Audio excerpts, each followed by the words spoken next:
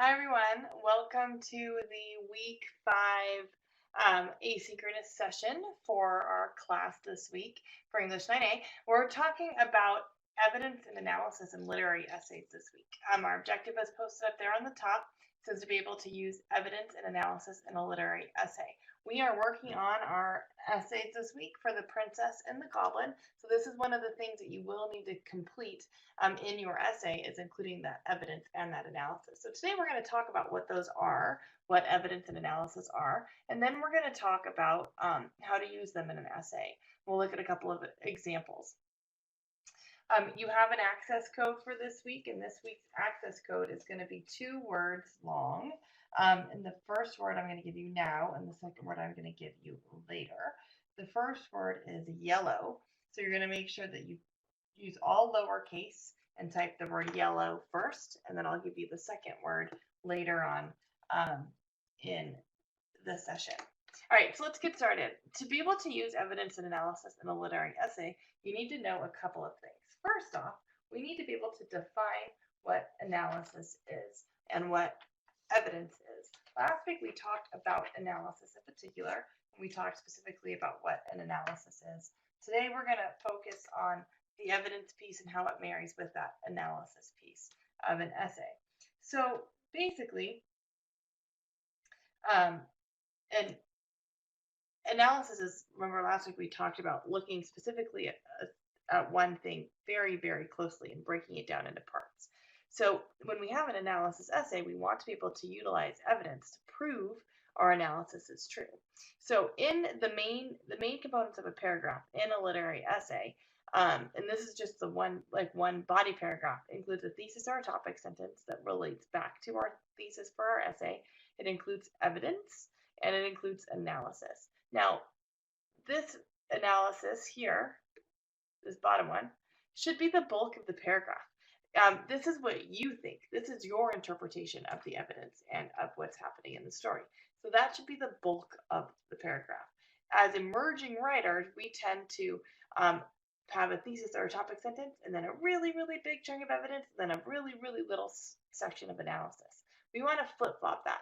We want to make sure that our thesis and our topic sentence is directive in our literary analysis, and then we want our evidence to help highlight that idea or that topic, and then we want our analysis to explain it. We'll get into that a little bit in a second. So in terms of being able to describe and help you understand what analysis and evidence are, let's compare it to CSI. I don't know if any of you guys watch any of those CSI crime dramas, but we're going to connect these two together and to identify the differences between them. So if we think about evidence and analysis in terms of crime scene investigation, the evidence is, what they collect at the scene, right? The evidence, what they scrape off the floor, or the fingerprints that they get, the information that they take with them from the crime scene. The analysis is what they do with that evidence. How do they figure out what it is? How do they figure out why it's important? What do they do in that instance? The same is true for our literary essays. We have our evidence we remove from our story, right? And then we have the analysis. This is how we interpret what we have taken from our story. So I drew this little diagram over here for you on the right. The thesis is obviously at the top of our triangle. We're going to then show our evidence, and then we're going to show how the evidence connects to our analysis and how the analysis connects to the evidence. And then we're going to hopefully circle back to our main point with our analysis. Evidence proves a point. So you need to provide this in the form of a quotation that relates to or supports your thesis. So if our topic sentence is very specific in our paragraph, then we need to have evidence that is also specific and identifies and connects back to that thesis statement. So then in analysis, this is examining the evidence. These are the questions you need to ask yourself as you're working on the essay. What does it say? What does your analysis, or what does your evidence say? Excuse me. What does it mean? What does it reveal? And why is it meaningful? If you think about those 4 questions as you work through writing your analysis and you answer those questions about the evidence you're including in your paragraph, then you are going to end up with a bigger chunk of analysis over evidence. You want to make sure that you dissect and go through that analysis specifically to make sure that you answer those questions. All right, so let's take a look at some examples of good and bad usage of evidence and analysis. Okay, so hopefully you can read that. It might be a little bit blurry because it's a screenshot.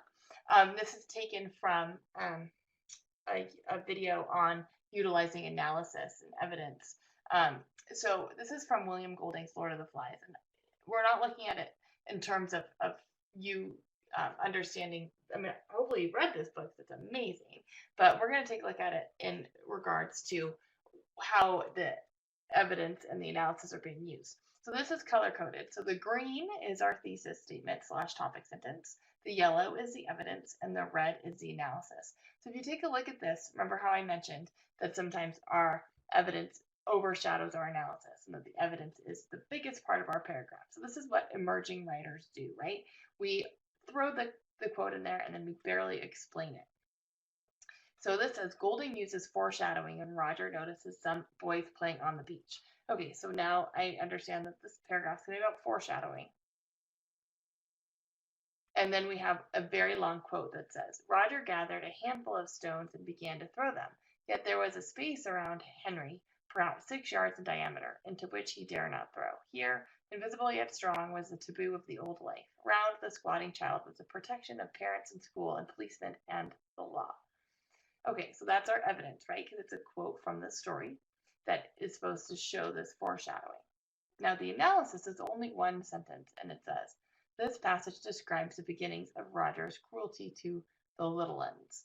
Okay, so our analysis is very small. We only have that one sentence. It doesn't really identify the importance of the evidence. It does not show me or tell me how this quote identifies the use of foreshadowing in the story. So as I'm looking at it, I'm like, well, how does that foreshadow the cruelty that's to come in the story? So this writer would need to utilize more analysis in the essay. All right, let's take a look at one that does that a lot. Before we take a look at this one, I just want to give you your second word is sunshine. So hopefully you know your first word. Your second one is sunshine. Again, all lowercase letters. No, and make sure you put a space between the two words. All right, so this one, if you can see, we've got our same color coding. The green topic sentence, the yellow evidence, and the red analysis. So the evidence is the same. The evidence is the exact same quote that was in the last paragraph. We have a little bit better, more descriptive of a thesis statement that states, Golding foreshadows the eventual breakdown of civility into outright savagery early in the narrative when Roger notices some boys playing on the beach. Okay, so it's a little bit better constructed. And then we have the quote, and then we have this whole red section of analysis. And if we look at it, if we do take a look at it, make sure I have the right thing. If we look at it, we're going to have answers to these 4 questions. What does it say? What does it reveal? Why is it meaningful? So you can pause this. I'm not going to read this out loud. I just kind of wanted to show you the juxtaposition of the earlier option and this option. So you can pause it and read through it and identify these 4 sections because it says, what does it say? What does it mean? What does it reveal? Why is it meaningful? So we can identify all 4 of those elements in the text. So pause it and take a look at it. Pause it and take a look at it, and then we'll go over those things.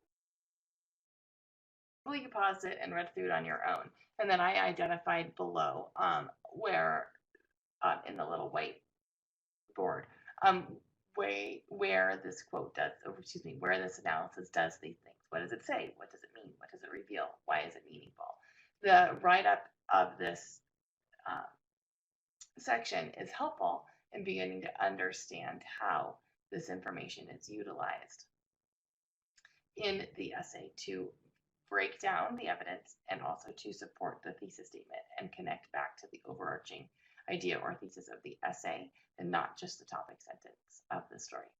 I did get this, pull this from the same video I referenced earlier, which is a great video on evidence and analysis and literary analysis, because it's helpful in comparing these elements together. Okay, so now that you have this information and you have your code words for the access code, go ahead and close out of the video, or keep it open if you want to use it for reference, and go into the course and take the quiz. Let me know if you have questions or need help.